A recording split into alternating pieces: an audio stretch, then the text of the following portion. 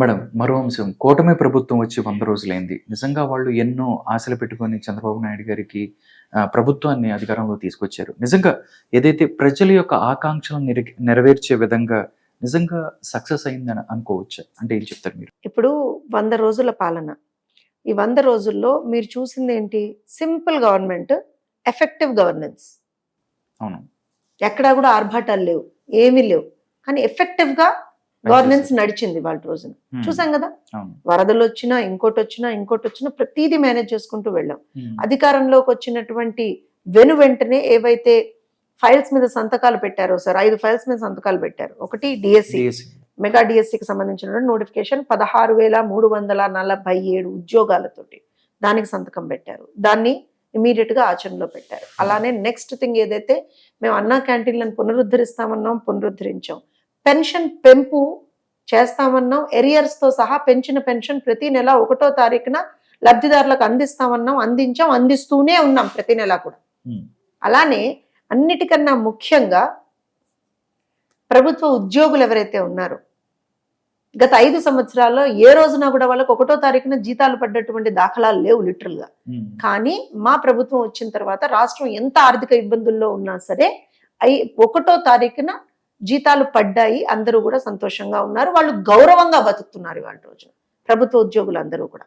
దాంతో పాటుగా ఏదైతే ఒక రాక్షస చట్టాన్ని తీసుకొచ్చాడో జగన్మోహన్ రెడ్డి తన హయాంలో, ల్యాండ్ టైటిలింగ్ యాక్ట్ అనేటువంటిది, దాన్ని రద్దు చేశాం.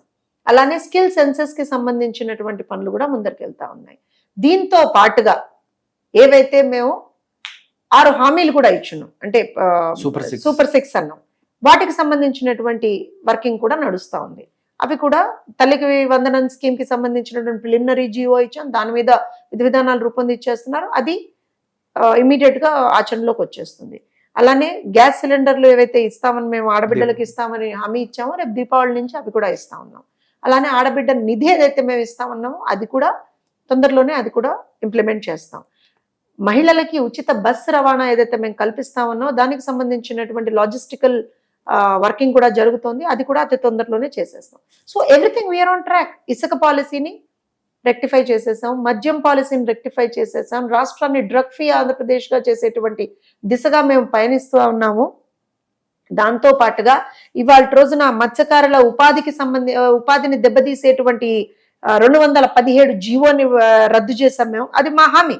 అలానే మాజీ సైనికులకు సంబంధించినటువంటి ఒక బోర్డు పెడతామన్నాం, సంక్షేమ బోర్డు, అది మొన్న చేశాము. యువగలం వన్ ఆఫ్ ది హామీ అది. అలానే మన ఏమంటారు అంటే మొన్న కన్నయ్య నాయుడు గారు హెల్ప్ చేసిన తుంగభద్ర డ్యామ్ కి సంబంధించినటువంటి అక్కడ we are effective in our work. And also ఇవాళ రోజున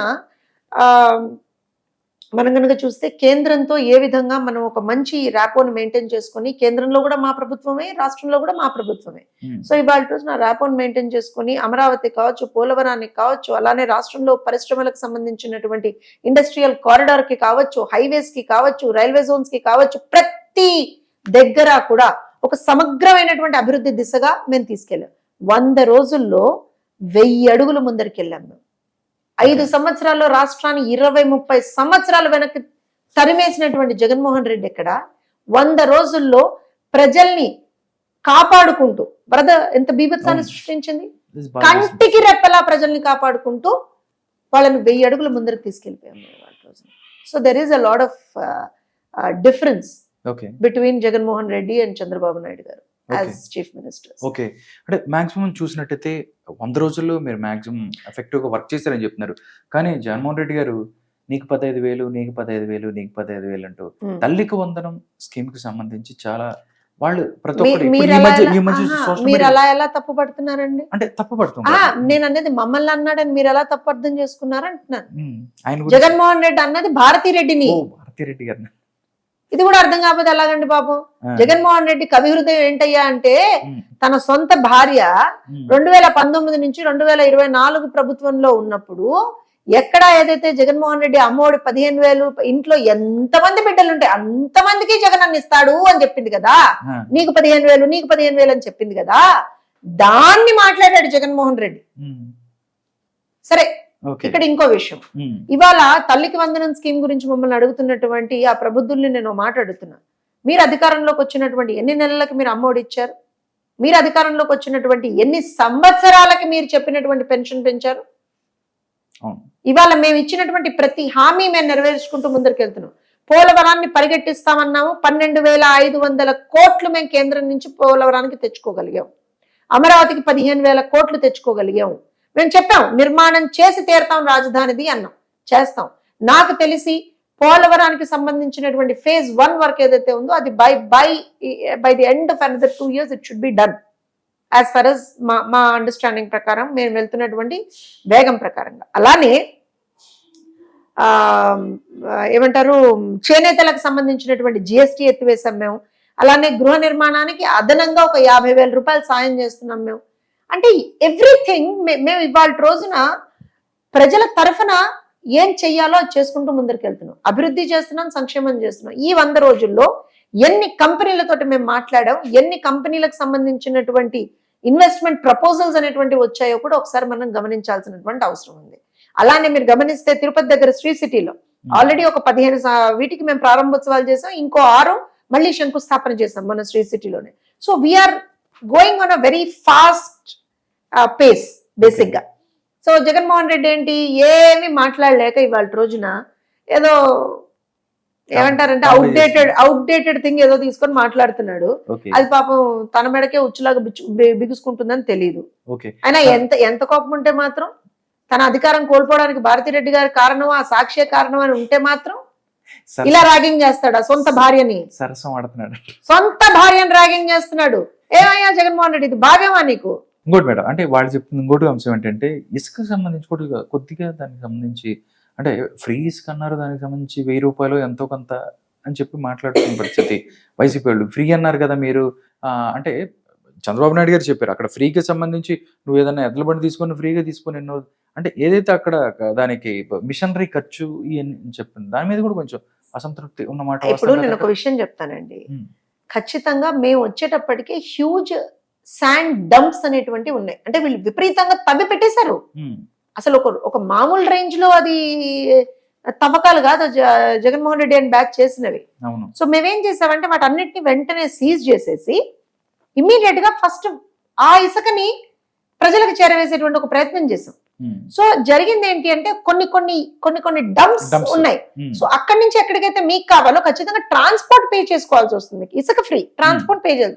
ఇప్పుడు నిన్న ఏం చేశారంటే కంప్లీట్ గా మీ అవసరాల కోసం, గృహావసరాల కోసం ఏదైతే ఇసుక ఉంటుందో ఇన్ టర్మ్స్ ఆఫ్ నిర్మాణం కానీ ఏదైనా మీ పర్సనల్ వీటి కోసం you can always go and get it directly from the reach it self మీరు తెచ్చుకోవచ్చు. అందులో ఏమి లేదు, మీరు వెళ్ళి తెచ్చుకోవచ్చు. ఇసుక ఫ్రీయే. బట్ దానికి ఒకవేళ మీరు దాన్ని తెచ్చుకోవాలి అంటే అయ్యే ట్రాన్స్పోర్ట్ కూడా అయితే ప్రభుత్వం పెట్టుకోవాలి కదా. ఇక్కడ ఇంకో విషయం, దాంతో పాటుగా మీరందరికీ గుర్తుంటే ఏదైతే పట్టాదారు పాస్బుక్లు ఉంటాయి చూసారా, వాటిని రాజముద్రతో ఇస్తున్నాం మేము ఇవాళ రోజున. ఎవరి దిక్కుమాలిన ఏమంటారంటే మొహాలతో కాదు, రాజముద్రతో, ఆంధ్రప్రదేశ్ రాష్ట్ర ప్రభుత్వ ముద్రతో ఇస్తున్నాం మేము ఇవాళ రోజున. ఒరిజినల్ డాక్యుమెంట్లు కూడా ప్రజల దగ్గరే ఉంచుతున్నాం. ఇవన్నీ కూడా దే ఆల్ మ్యాటర్ అండి. అండ్ ఆల్సో ఇవాళ మీరు గత 5 సంవత్సరాల్లో నాకు తెలిసి ఎప్పుడు జియోలు ఎప్పుడైనా చూసారా ఆన్లైన్ లో? చూడలేదు కదా. ఇవాళ ఒక్కసారి గవర్నమెంట్ ఆఫ్ ఆంధ్రప్రదేశ్ దీనికి వెళ్ళి చూడండి, మీకు జియోలన్నీ ఆన్లైన్ లో కనపడతాయి. So this is what is called as effective governance and transparent governance. ఇది ఇంపార్టెంట్, ప్రజలకి ఎప్పుడైనా అవే ఇంపార్టెంట్. అండ్ ఆల్సో ఇంకా మేము చేసినవి కొన్నండి, ఇంకా చాలా చేయాల్సినటువంటివి ఉన్నాయి. ఎందుకంటే మాకున్న సమయం ఎంత 100 రోజులు అయింది మేము వచ్చి, అంతే. కానీ ఈ 100 రోజుల్లో కూడా ఏవైతే ప్రజలకి ఇమ్మీడియట్ అవసరాలు ఉన్నాయో వాటన్నిటిని మేము తీరుస్తూ వస్తున్నాం. ప్రజల కష్టాల్లో ఉంటే ఆదుకుంటున్నాం వాళ్ళని. ఇప్పుడు మొన్న వరదలు వచ్చాయి, వరద బీభత్సం. ఎవరైతే మీరు గమనించండి, ఏ ప్రభుత్వం కూడా చేయనటువంటి ఒక పని మేము చేసాం. నార్మల్ గా ఏ ప్రభుత్వం అయినా సరే గ్రౌండ్ ఫ్లోర్ లో ఉన్న వాళ్ళకి కాంపెన్సేషన్స్ ఇస్తారు, ఫస్ట్ ఫ్లోర్ వరకు కాంపెన్సేషన్ ఇస్తారు. కానీ కూటమి ప్రభుత్వం మొన్న వరదల్లో ఏదైతే ఇబ్బంది పడ్డటువంటి ప్రజలు ఉన్నారో 179 సచివాలయాల పరిధిలో ఉన్నటువంటి ప్రజలందరికీ కూడా గ్రౌండ్ ఫ్లోర్ వాళ్ళకి 25,000 చొప్పున, first floor and above, first floor ఒకటే కాదు, ఫస్ట్ ఫ్లోర్ అండ్ అబౌవ్ 2, 3, 4 ఎన్ని ఫ్లోర్లు ఉన్నా సరే అందరికీ కూడా 10,000 చొప్పున మేము కాంపెన్సేషన్ ఇస్తున్నాము. అలానే మీరు నాకు ఒక గవర్నమెంట్ చూపించండి, వరదల తర్వాత బురదని కూడా తీసేసి మీకు ఒక క్లీన్ అండ్ క్లియర్ హౌసెస్ ఇచ్చినటువంటి గవర్నమెంట్ ఒక్కటి చూపించండి మాకు. ఫైర్ ఇంజిన్లతోటి మేము ఇళ్లలో బురద క్లీన్ చేయించాం, డ్రోన్లతోటి ఆహార పదార్థాలని మేము సప్లై చేయించాం అనేది ఇది గొప్పతనంగా చెప్పుకోవట్లేదు. ప్రజా అవసరాలకు అనుగుణంగా మనం పనిచేయాలి కదా, అదే గవర్నమెంట్. మన అవసరాలకు మనం పనిచేసుకుంటే అది గవర్నమెంట్ కాదు, అది స్వార్థం అవుతుంది. ప్రజా అవసరాలకు అనుగుణంగా మనం పనిచేస్తే we are delivering good governance to the people. Okay, next ఏదైతే మిగతా 4.5 సంవత్సరాలు అబో ఏదైతే 100 days అయిపోయింది, మిగతాది కూడా ఏదైతే సూపర్ 6 అవ్వచ్చు, ప్రజలకు ఇచ్చిన హామీలు ప్రతి ఒక్కటి కూడా డెలివరీ చేయబోతున్నాం అని చెప్పి ఖచ్చితంగా చెప్పబోతున్నారు మీరు? అంటే డౌట్ ఎందుకు వచ్చింది? అంటే డౌట్ అని కాదు, వైఎస్ఆర్సీపీ నాయకులకి నిన్న ఈ రోజు అంబటి రాంబాబు మాట్లాడుతూ మంచి ప్రభుత్వం కాదు ముంచే ప్రభుత్వం అని కేతిరెడ్డి వెంకట మీరు ఎగ్జాంపుల్స్ తీసుకునే వాళ్ళు కూడా, పేర్లు తీసుకునే వాళ్ళు కూడా ఎలా ఉన్నాయో తెలుసా? అసలు పక్కన మీరే నవ్వుతున్నారు, నన్ను వదిలేయండి, మీరే నవ్వుతున్నారు. అంటే వాళ్ళకి అసలు ఇప్పుడు ఆయన మంత్రి గారు ఏ రాంబాబు, అంబటి రాంబాబు గారు, సంబరాల రాంబాబు అంటారు ఆయన్ని. ఆ రాంబాబు మొన్న విజయవాడలో వరదలు వచ్చాయి, ఒక ఇరిగేషన్ మంత్రిగా పనిచేసినటువంటి వ్యక్తి అతను. సరే, డయాఫ్రమ్ వాళ్ళకి స్పెల్లింగ్ కూడా తెలియదు అనుకోండి, కానీ ఇరిగేషన్ మన కర్మ మన దౌర్భాగ్యం, ఆంధ్రప్రదేశ్ చేసుకున్నటువంటి ఒక ఇదనుకోండి. ఆ మహానుభావుడు కొన్ని సంవత్సరాల పాటు ఇరిగేషన్ మంత్రిగా ఉన్నాడు. మరి అంత మొన్న ఇబ్బంది జరిగినప్పుడు కనీసం వెళ్ళి ఏమైంది అని ఎందుకు మాట్లాడలేకపోయాడు, ఎందుకు చూడలేకపోయాడు? అదే మరి మా ప్రభుత్వంలో 2014 నుంచి 2019లో పనిచేసినటువంటి ఇరిగేషన్ మినిస్టర్ దేవినేని ఉమా గారు ఆన్ గ్రౌండ్ ఉన్నారే. బుడమేరు దగ్గర కావచ్చు, ఈవెన్ ప్రకాశం బ్యారేజ్ దగ్గర కావచ్చు, అటు మన బాపట్ల దగ్గర కావచ్చు, ప్రతి చోట ఆయన ఉన్నారే, కాకినాడ సైడ్ కూడా. మరేంటి తమాషాలా? వీళ్ళు వాళ్ళు వచ్చి మాట్లాడతాడు ఒక్కొక్కడును. ఏంటా ముంచే ప్రభుత్వం? నీది ముంచే ప్రభుత్వం అప్పుడు ఉన్నటువంటిది. ఏమంది లేదు సార్ చెప్పండి వాళ్ళు? కాదేది అవినీతికి అనర్హం, కాదేది దుర్మార్గానికి అనర్హం అన్న రీతిన, అన్న చందాన ప్రతిదీ దోచుకు తిన్నారు కదా. దోచుకోవడమే సిగ్గుండాలి. ఒక్కొక్కడు వచ్చి మళ్ళీ వాళ్ళు మాట్లాడతాడు. ఏం నైతిక అర్హత చెప్పండి వాళ్ళకి మాట్లాడడానికి? ఆయన అమరాబాబు వచ్చి మాట్లాడతాడా? ఏంటో నువ్వు మాట్లాడేది నాకు అర్థం కాదు. ఏం చేసింది ప్రభుత్వం? ఇవాళ మా ప్రభుత్వం 100 రోజుల్లో నేను చెప్పినట్టుగా పెన్షన్లు ఇచ్చాం, విద్యార్థులకు సరైనటువంటి వసతులు కల్పిస్తున్నాం, ప్రతి ఒక్కళ్ళని కేర్ఫుల్ గా చూసుకుంటున్నాం, జీతాలు ఇస్తున్నాం, కంపెనీలను తీసుకొస్తున్నావు, ఉద్యోగ కల్పన చేస్తున్నావు, ఉపాధి కల్పన చేస్తున్నావు. ఇంకేం కావాలా నీకు? నువ్వేం వెలగబెట్టావు చెప్పు? 5 సంవత్సరాల్లో ఇరిగేషన్ ప్రాజెక్టులని ముందరికి తీసుకెళ్తున్నావు. అరే అన్నమయ్య డ్యామ్ కొట్టుకుపోతే కనీసం రెస్పాండ్ కానటువంటి దౌర్భాగ్యులు వీళ్ళు. 45 మంది చనిపోయారు ఆ రోజున. ఎక్కడున్నారు వీళ్ళందరూ? ఏమన్నా కనీసం ఒకటని రెస్పాండ్ అయ్యాడు ఆ రోజున? మాట్లాడాల. అదే మా ప్రభుత్వంలో విజయవాడలో వరదలు వస్తే అరే ముఖ్యమంత్రి గారి దగ్గర నుంచి మొదలు పెడితే మినిస్టర్లు కాదు, ఎమ్మెల్యేలు కాదు, ఎంపీలు కాదు, ఎమ్మెల్సీలు కాదు, అధికారుల సైతం ఆన్ గ్రౌండ్ ఉన్నారు. ఏం మాట్లాడతాడు వాళ్ళు ఒక్కొక్కడు వచ్చి? ఇందుకు కాదు ప్రజలు మిమ్మల్ని చీత్కరించుకొని లాగి పెట్టి కొట్టే అవతల పాడేసింది. ఉప్పు బాధ రాస్తారు ప్రజలు. ఇలానే పోగుతా ఉండండి. ఈసారి 151 నుంచి 11కు తీసుకొచ్చారు. నెక్స్ట్ టైం బస్ 0 అంతవరకు కన్ఫర్మ్ గా రాసి పెట్టుకోండి మీరు.